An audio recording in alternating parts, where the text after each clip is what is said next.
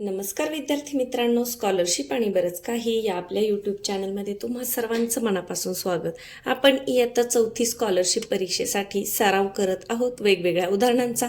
तर याच्या अगोदरच्या व्हिडिओमध्ये आपण संख्यावर आधारित म्हणजे संख्यामाला हा जो प्रकार आहे तर याच्यावर वेगवेगळ्या प्रकारे गणित विचारली जातात.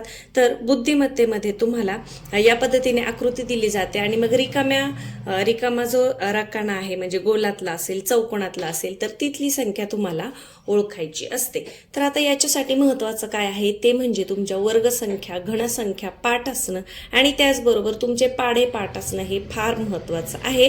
तर इथे मी मंथनचंच पुस्तक घेतलं आहे इयत्ता 4थीचं सरावासाठी, कारण एवढी सगळी उदाहरणं लिहून काढणं, त्याचे पर्याय लिहून काढणं याच्यामध्ये वेळ जातो, म्हणून आपण मंथनच्या पुस्तकातून काही वेगळ्या प्रकारची उदाहरणं आज पाहणार आहोत इयत्ता 4थीसाठी.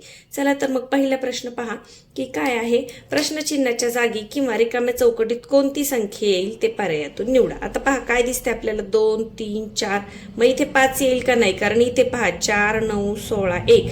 मग थोडंसं निरीक्षण केल्यावर सगळ्यात पहिल्यांदा तुम्हाला बघायचे वर्गसंख्या घनसंख्या आहे का.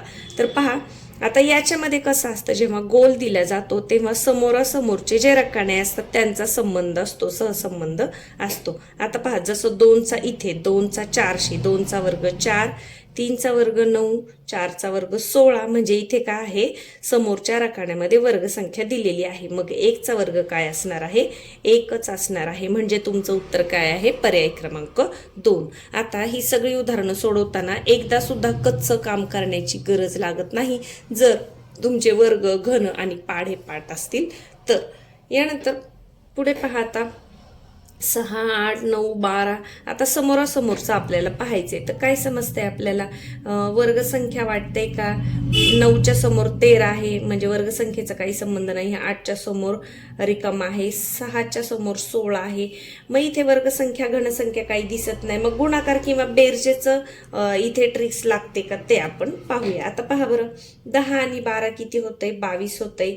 16 आणि 6 किती होतंय, 16 आणि 4 10 आणि 2 22. म्हणजे समोरासमोरच्या अंकांची बेरीज 22 येत आहे. पहा 13 आणि 9 सुद्धा किती होतात, 22.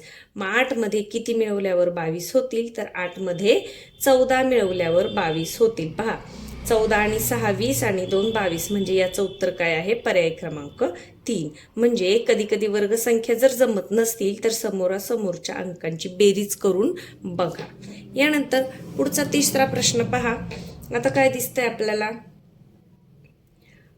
12, 8, 96. सोपं आहे, बघितल्यावर लगेच कळतंय. पहा 12 8 96, 9 54, मग 8 पंचे किती, 40. पर्याय क्रमांक 4.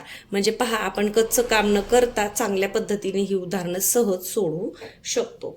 आता इथं काय दिलंय आपल्याला, 2, 3, 5, 7. काय आहे सांगा बरं, या काय आहेत, मूळ संख्या आहेत. मी तुम्हाला सुरुवातीला सांगितलं होतं मूळ संख्या, घनसंख्या या सतत म्हणत राहायचे. तुम्ही जेव्हा त्या म्हणत राहता तेव्हा त्या तुमच्या पाठ होतात. पहा 2, 3, 5, 7.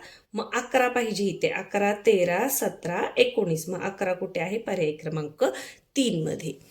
यानंतर आता पुढच्या पानावरचा प्रश्न पाहूया आपण. काय दिसतं आपल्याला, 8 पंचे 40, गुणाकारच आहे. पहा 9 5 45. मग की 4 7 28. म्हणजे इथे काय येणार आहे, 7. पर्याय क्रमांक 4. पुढचं पहा काय दिलंय, 11, 8, 8च्या समोर 17 आहे, 20च्या समोर 11 आहे. आता इथे वर्गसंख्या घनसंख्यांचं काही लॉजिक लागत नाही, बेरजेचं सुद्धा लागत नाही, मात्र वजाबाकीचं इथे गणित बसत आहे. म्हणजे पहा आता 20 मधून 11 गेले तर 9 उरतात, 15 मधून 6 गेले तर 9 उरतात, यानंतर 17 मधून 8 गेले तर 9 उरतात. म्हणजे सगळ्यांचा फरक 9 आला पाहिजे. मग 11 मधून किती गेले तर 9 उरतील, तर 11 मधून 2 वजा केल्यानंतर 9 उरणार आहे. म्हणून इथे काय येणार आहे, तर 2 येणार आहे. म्हणजे कधी कधी बेरजेची ट्रिक लावून पहा, कधी कधी वजाबाकीची सुद्धा या पद्धतीने ट्रिक विचारू शकता. पुढे पहा आता वर्गसंख्या वगैरे काय दिसते का नाही. मग पाढ्याची ट्रिक लावून पहा.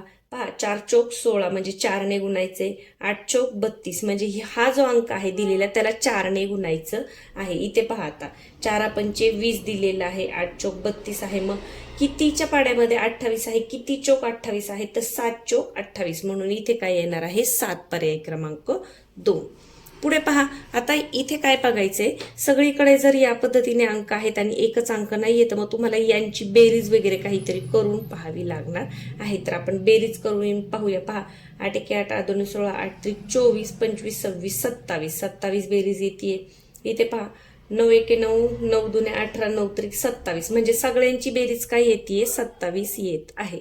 मग इथे पहा आता 6 आणि 4 10, 10 10 20, मग इथे काय आलं पाहिजे, 7 आलं पाहिजे, तरच यांची बेरीज 27 होती. पर्याय क्रमांक 1. आता मधल्या अंकाचा संबंध जोडायचा आहे आपल्याला. पहा, काय सांगता येईल आपल्याला, 12 पंचे 60 होतंय, 20 त्रिक 60 होतंय. सोपं आहे. पहा, दुसऱ्याच नंबरला आहे. पर्याय क्रमांक 2 हे आहे उत्तर. 12 पंचे 60 आणि 20 त्रिक 60, म्हणजे समोरासमोरच्या अंकांचा काय करायचा होता, गुणाकार करायचा होता. यानंतर पुढे पहा, काय दिसतंय, 8 9 16 36 21 4 8, उभं जमतंय का काही पहा. आता इथे समोरासमोर तर आपल्याला काही समजत नाही, मग आपण एकदा गुणाकार करून पाहूया. 8 चौक 32, 32 चे निम्मे आहेत 16, 8 नवे 72, 72 चे निम्मे आहेत 36, म्हणजे वरच्या आणि खालच्या अंकाचा गुणाकार करून त्याची निमपट मध्ये मांडलेली आहे. पहा, 8 चौक 32, 32 चे निम्मे 16, 9 8 72, 72 चे निम्मे 27, मग 7 त्रिक 21, सॉरी 7 त्रिक 21 नाही, मध्ये 21 आलं पाहिजे, म्हणजे 42, मग 7 सकून 42 आणि 42 ची निम्मे 21, म्हणजे आपलं उत्तर काय आहे, पर्याय क्रमांक 3. 7 सक 42 आणि 42 ची निम्मे 21, म्हणजे पाढे चांगले पाठ असतील तर ही गणिते तुम्ही पटापट सोडू शकता. आता इथे पहा, काय केलंय, मधल्या अंकाचा संबंध शोधा. 6 आणि 4 10 आणि 5 15, 16 17 18, 18 ची निम्मी 9. यानंतर 7 आणि 3 10 आणि 4 14, 14 ची निम्मी 7, म्हणजे बाजूच्या अंकांची बेरीज केली आणि तिची निमपट मध्ये मांडलेली आहे. सोपं आहे. मग पहा, आता काय येईल, 3 आणि 2 5, 5 आणि 4 9, 11 आणि 9 झाले 20, मग 20 ची निम्म किती, 10. कुठे आहे 10, पर्याय क्रमांक 4 हे असणार आहे तुमचं उत्तर. यानंतर इथे पहा, आता मधला अंक आपल्याला शोधायचा आहे. 8 12 8 96, असं केलं तर होते. पहा, 896, 12 8 96, 12 9 अष्टोदर्शे 12 चौक 48, म्हणजे 12चा पाडा दिलेला आहे, मध्ये आपल्याला 12 लिहावं लागणार आहे. 12 8 96, 12 चौक 48, 12 9 अष्टोदर्शे, म्हणजे इथे मध्ये काय असणार आहे, 12. पर्याय क्रमांक 2. म्हणजे बऱ्याच वेळा पाढ्याच्या ट्रिक इथे उपयोगी येत आहेत. आता इथे पाहूया काय आहे. 7 आणि 7 14 15 16 17 18, 18 आहे आणि 6 आहे, मग 18ला जर 3 ने भागलं तर 6 त्रिक 18, म्हणजे 3 ने भागलं इथं, म्हणून मध्ये 6 आलं. इथे जमतंय का बघूया.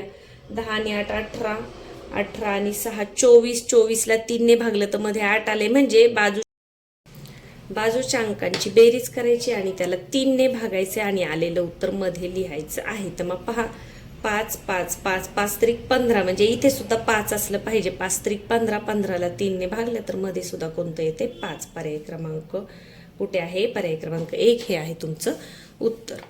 आता पुढे पहा, 2 3 5 4 आले, म्हणजे वर्गसंख्येचं काही होत नाही. 3 आणि 2 5, हे सोपं वाटतंय मला.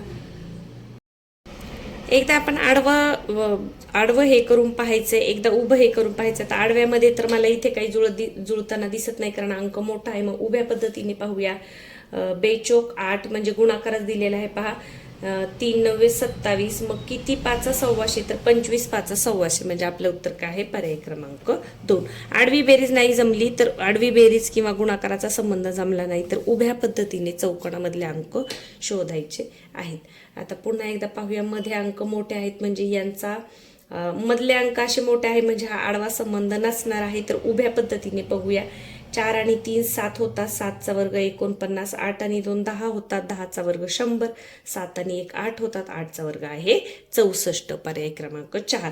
पहा, एकाही गणिताला आपल्याला कच्चं काम करावं लागलं नाही. का करावं लागलं नाही, कारण वर्गसंख्या आणि घनसंख्या पाढे चांगले पाठ असले तर हे जे संख्या मालिकेवरील हा जो एक थोडासा वेगळा प्रकार आहे की चौकटीतली संख्या शोधा किंवा प्रश्नचिन्हाच्या जागी येणारी संख्या शोधा, तर ते आपल्याला अतिशय चांगले चांगल्या पद्धतीने जमतं। आता इयत्ता तिसरीसाठी विभाज्यतेच्या कसोट्यावर एवढे आधारित प्रश्न नसतात, परंतु 3ची विभाज्यतेची कसोटी विचारली जाऊ शकते। जसं इथे 3ने सगळ्या बेरजेला भाग देऊन आलेलं जे उत्तर आहे ते मध्ये लिहिलेलं आहे। तर या पद्धतीने आकृत्यांवरचे प्रश्न फार सोपे असतात। हे प्रश्न सोडवायला वेळ सुद्धा खूप थोडा लागतो। फक्त वर्गसंख्या, घनसंख्या आणि पाढे चांगले पाठ करा। चला तर मग व्हिडिओ आवडला असेल तर व्हिडिओला लाईक करायला कुणीही विसरू नका। तुम्ही लाईक केल्यामुळे जास्तीत जास्त विद्यार्थ्यांपर्यंत हा व्हिडिओ पोहोचण्यासाठी मदत होते। पुन्हा पुढच्या व्हिडिओमध्ये आपण अजून एखाद्या महत्त्वाच्या घटकाची उजळणी करूयात। धन्यवाद।